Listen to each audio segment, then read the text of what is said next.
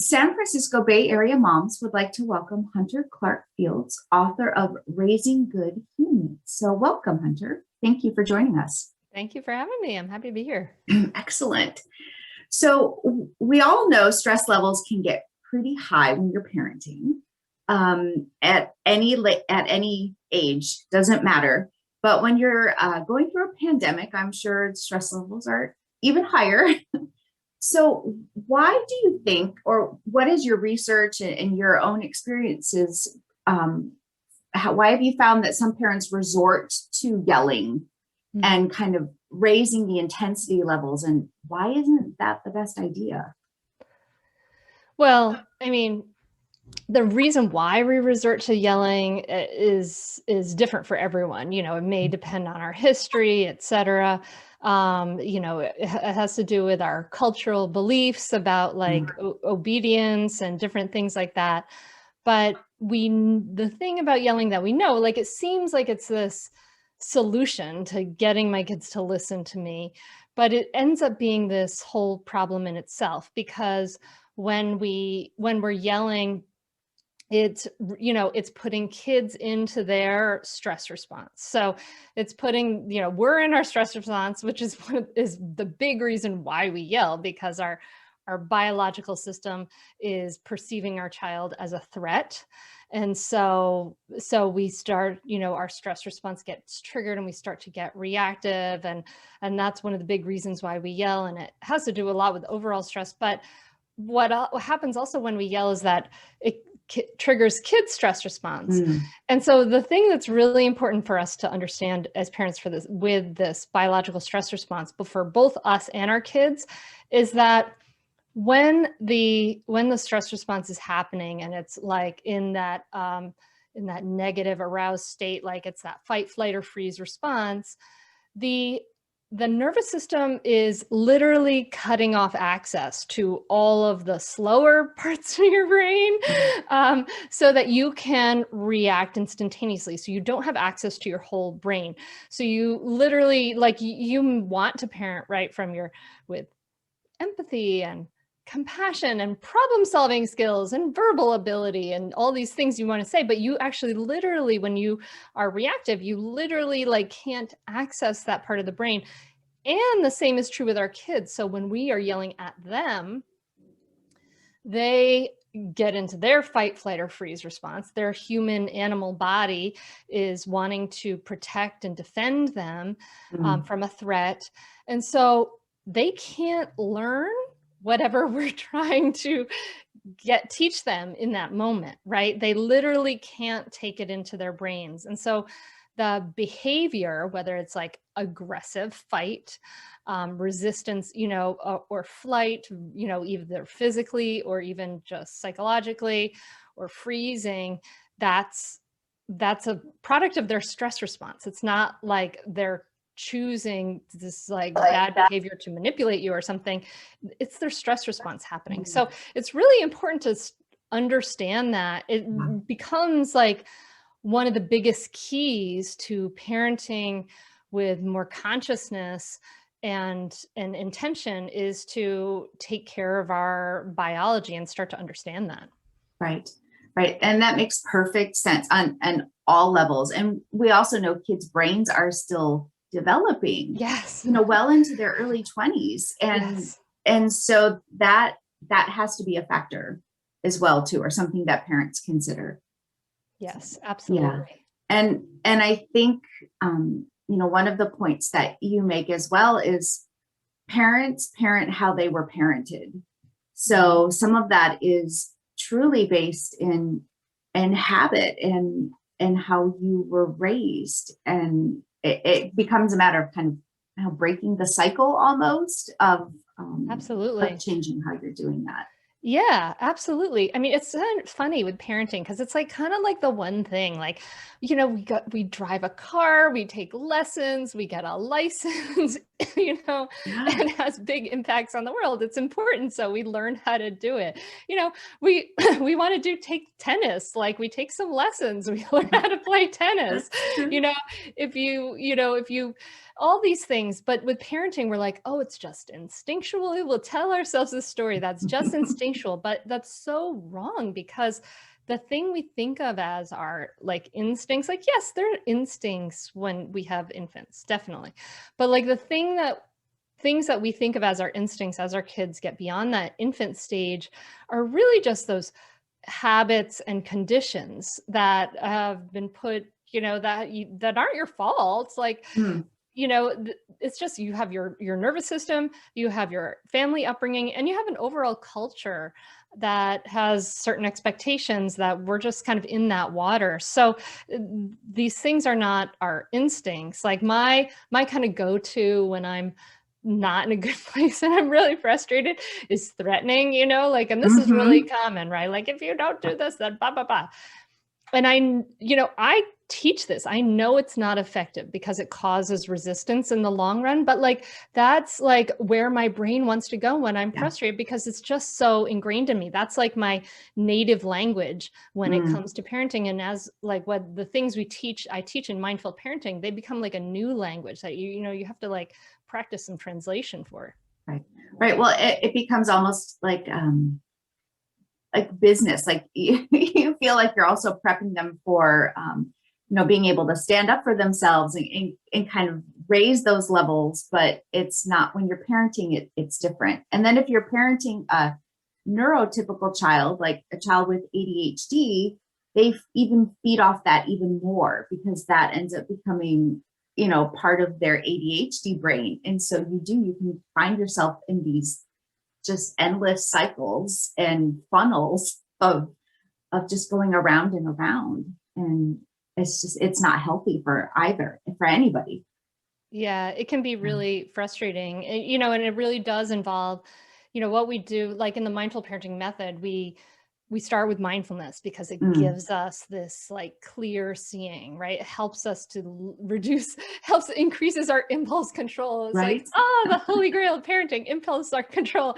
And then, but we also we do this work to kind of understand and take apart our own parenting, right? Like, how are we parented? What are some of those habits and things, so that we can make these things conscious? And so there's a lot of like healing work and inner work to be doing with parenting that it really helps to kind of step back and get some support and do some of that healing work, so we don't perpetuate these patterns. But it's so funny. It's like, let's just wing it. Right. That's so true. Yeah. You take birthing classes typically and things for that immediate, entry of a child into life, and maybe the first, couple months and in feeding and in that, but then that's it. It's an excellent point.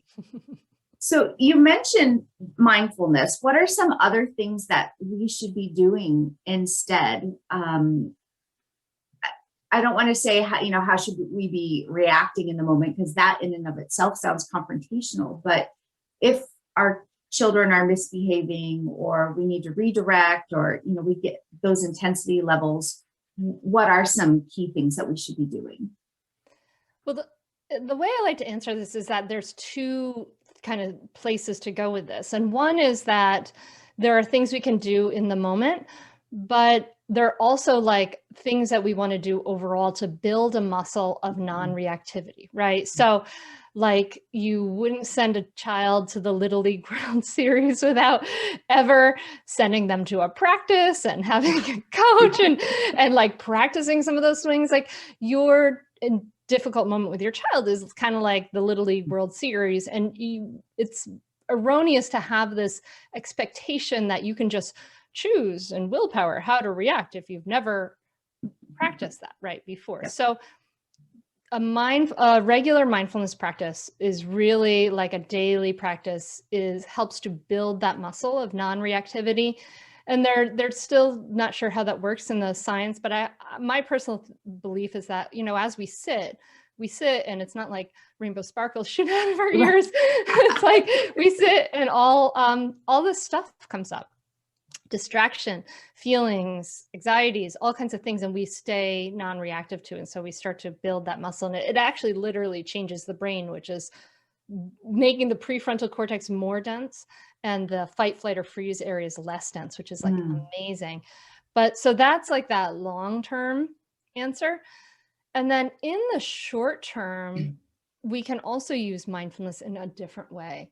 So when we're getting into a difficult situation with our child, there's like usually, I mean, there are some moments where it's like 0 to 100. So I'll talk about that moment too. But usually it's usually kind of a buildup, right? Like, Yeah. and what we often do is we say, oh, I want to be like calm, like Hunter is, or like Tracy is. And I'm calm, calm. Oh, and then I'm freaking out, right? And so instead, we want to start to just be more transparent and aware throughout that timeline. So say halfway down that timeline, you can start to say, oh, I'm starting to get really annoyed in this situation and it's feeling really uncomfortable for me. And then maybe you say, I'm starting to get really frustrated.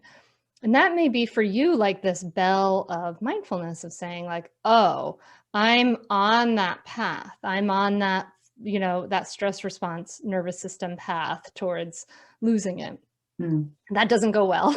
Right. So when you say out loud, I'm frustrated, and then you might say, okay, I need a break. I'm going to take a break. I'm going to, whatever you're going to do. We have a whole list of like menu options that help people, body mind options that help people, including the cliche deep breath, because it really does work. But when we say it out loud, it's really brilliant because there's a little of that name it to tame it aspect where just saying it, it's like just acknowledging what's here in the present moment. That's mindfulness, right? With an attitude of kindness and curiosity. So I'm frustrated. Oh, it's like that. And then just naming it in itself interrupts the pattern and provides a little relief. But it also, which is really cool, it also models for your kids healthy emotional regulation, which is so, so key. And then when you take a moment to take care of your feelings, you're modeling that, which is something that most of us were never taught. So we want to start to interrupt it sooner. But let's imagine that moment, like where you're just like 0 to 100, because I know, that was the question. I actually had a moment like that recently. Well, first of all, I just want to say, if we have a disruption of our connection with our kids, we do something that's unskillful and we regret it, we should absolutely go back and repair as soon as we feel comfortable. And that can be really healing. Kids don't need perfect parents. It's okay to come back and repair. But we can actually yell skillfully, which is cool. So it was like, I think my daughter was 9 and we were watching a movie. It was movie night, and then it was like post movie night, and she wasn't like, I was exhausted. She wasn't going to bed. And I was just like, she was being so annoying. Like, I'm just going to ignore this behavior, read my book. And then she laughed at me and I was like, just this tower of volcano rage. Yeah. And it just like, for a second, I tried to, and I wasn't reading anything. And I just like got up and I said, I feel so angry right now. And I walked outside and I slammed the door really loud. And I yelled, but I didn't blame her. I didn't shame her. I just expressed my own feelings. There's not much to argue with there. I'm obviously feeling pretty angry. It took me like 20 minutes to walk up and down the street until I cooled down enough from that one. But it was a new thing I had triggered that I had discovered. It was interesting. That is really interesting. And my next question was going to be, I right now, because I am parenting teens, my version of this is very much, kind of how we started our conversation today. And they've learned their own skills, and they've learned more words, and they argue back and forth. But when you're dealing with toddler, preschooler, early elementary age, what kinds of things can we do I mean, I'm sure a lot of it is the same, but do you have any tricks for for when, when the child's a little bit younger? Mm. Yeah, I mean, it's an enraging period. I mean, that's really when my temper really came out, and it scared me, and it was like the exact opposite of how I wanted to parent Mm, my child. yeah. There's a lot of things that really help there. But one of the biggest things is, I mean, really it goes back to the same things. Like, you want to have a steady practice Yep. to build that muscle of non-reactivity.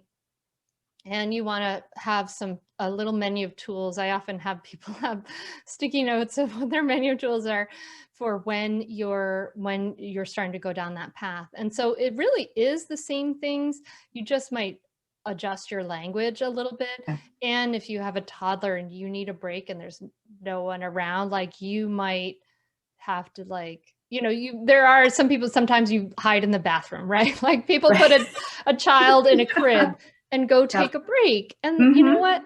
That's better than freaking out at your kid. Right. Yeah. To take a break from them. Yeah. But I also think it's so important, especially in those younger ages, to acknowledge that it's crazy making for any one person to be with a toddler 24 hours a day. And that's not actually natural for humans. Like, toddlers would be passed from human to human, and babies, and we would all distribute the load of that. So I really, really encourage parents, if you have the resources, to give yourself a break, give yourself time away. It's so, so important. Even if you have to trade time with someone else, it's so, so important, because it's that self-care, right? It's not like to go take a manicure, but maybe it's like to go for a mindful walk, or to do some journaling, or whatever it is that is going to feed you. And I think that, especially when we come to toddlers, that's so, so important, because it becomes like we have this idea that especially with moms, the mommy martyr idea, and it's so insidious. It hurts moms, it hurts kids. And the idea that we're not going to take care of ourselves and put their needs first all the time. I think that our self-care is absolutely not selfish. It's actually our responsibility, so that we can, like, when you have a toddler, the challenges are so enormous. Like, you need greater resources. So greater challenge requires greater resources. So you need to, give yourself those resources as best you can in those times. Yeah. Well, and nowadays we don't, I mean, there's a reason we say it takes a village, and our villages have, I mean, we were even talking before we started, my village is in New England, and here I'm in California. Everybody is kind of spread out. And when you do that, it can be even harder to find that. And then you get that isolation, and that ends up being another, factor in all of this. And then when you're talking about toddlers, they don't have language. So it seems like it becomes even more important, as you mentioned, to name your feelings and help them acquire that language recognition and that emotional connection too. So yeah, absolutely. One of the best things we can do for toddlers, we talk about how to respond, like, what's a thing we can say, what's a tip or trick, but it's not really about what you say, but it's about your presence and the energy that you bring. So toddlers regulate their emotions through us, through their caregivers, because they haven't developed that capacity yet. They're really immature. And so when a toddler is starting to have a difficulty, if we can sit on the floor, if we can maybe put a hand to our heart and breathe in and breathe out, like sitting like a mountain, and just starting to turn into our personal presence, and hopefully we have a practice that we can kind of tap into. We might even put our hands on the ground to literally ground us. And you don't have to, it's not about the thing you say that is you the way you respond. It's about your presence and about the energy that you're bringing that moment. And if you can be that grounding energy, your child, it can feel that. We inter-are with our children and they can feel that and they can regulate through us. So it always comes back to our own practice and ability to regulate. And you talk about not only the mindfulness, but the skillful communication. And I think that's definitely a part of it. And important to remember that communication doesn't always mean verbal communication. It can be body communication and nonverbal, which, as you just pointed out, could be even more important in that situation. Yeah. It was funny in the Mindful Parenting membership yesterday, we had a call and we were practicing something, and the member was talking about like how she would share her feelings with her child, but she was like saying like, when you do this, I feel really frustrated. And she was kind of saying in that way. And I was like, I'm not feeling that from you. Like your face is not, like we need to express ourselves fully, right? Like we need to, our practice of expression, and, we go through, specific concrete structures for communication and things like that, but it has to be authentic and real to where you are in that moment, and otherwise our kids don't pay attention and they don't really get it, because we're not really, if I'm very calm and I'm saying I'm very frustrated, like that doesn't really work, right? They don't match. Yeah, it's incongruous. Right. Interesting. And I would think too, one of the biggest takeaways, well, actually there have been a lot of takeaways, but is the idea of asking for help. That asking for help is not a weakness, it is a strength. So whether that is picking up a copy of your book or, learning about your techniques and these mindfulness techniques and kind of the centering, or if it's, your parenting philosophy, or there are any number of parenting classes, there's strengthening families models. There's all of these models that are out there, and just, seeking that out and talking about it, even with another adult, another mom. Absolutely. And can be so helpful too. Yeah. It's funny. I do the Mindful Mama podcast, and I talked to a guy, Aaron Huey, recently, and he runs like a treatment center for really troubled kids in Colorado, Fire Mountain. And, these are like kids with multiple suicide attempts, et cetera. And so we were like, well, how do we not send our kids to you? his number one and number two things in a list of things that he talked about was a parent's own self-care was number one. And number two was parents being able to have that support from other adults. And so that whole idea that we're going to do it alone is really too much. Like it's too much to expect that from us. So from ourselves. So yeah, as much as we can, we want to, the more we can invest, I think of like with my kids, we talked about investing in their education in the early years. So we sent them to Montessori education, and that was really important for us to spend some of our money in the early years, actually even more important than college, because it makes such an impact on how they live their whole life. And it's the same with ourselves and the environment we create and the communication we have and the connection we have in the early years with our parenting, because it has ripple effects all throughout your life. So if you're using like those old school tactics of like, punishment and threats, and like barking lots of orders and all those things, what happens is your kids resist you more and more and more over time, and you lose power over time. You have to up the ante and up the ante. And so what I teach in mindful parenting is like a way to create willing cooperation, right? You're creating a connection. And so and I've never used punishments in my whole life. I thought that was crazy pants, by the way, when I first had kids, but, and it gets easier and easier as time goes on. Like it makes so much sense to invest invest time and energy into those early years and Mm. learning, because it does pay dividends like down the line, whether it's therapy, not paying for Yeah. therapy or what. That's so funny.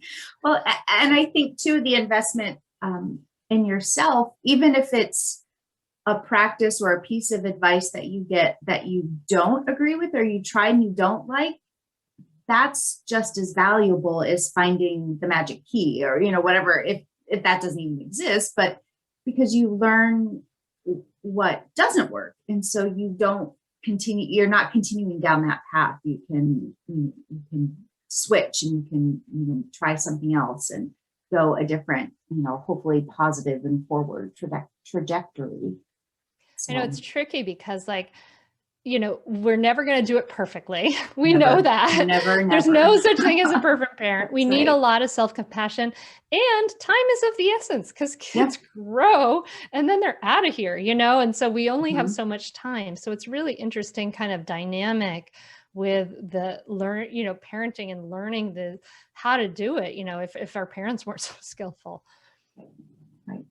Well, thank you so much, Hunter. And we will be sure to put into the post the links to your book and your podcast and everything. So a great resource for parents, just to know, you know, if you are feeling a little more isolated, or if you know, are moving around, whatever your situation, it doesn't even matter your situation, that if you just need some parenting resources, that this isn't, you know, an excellent one to reach out to and to try.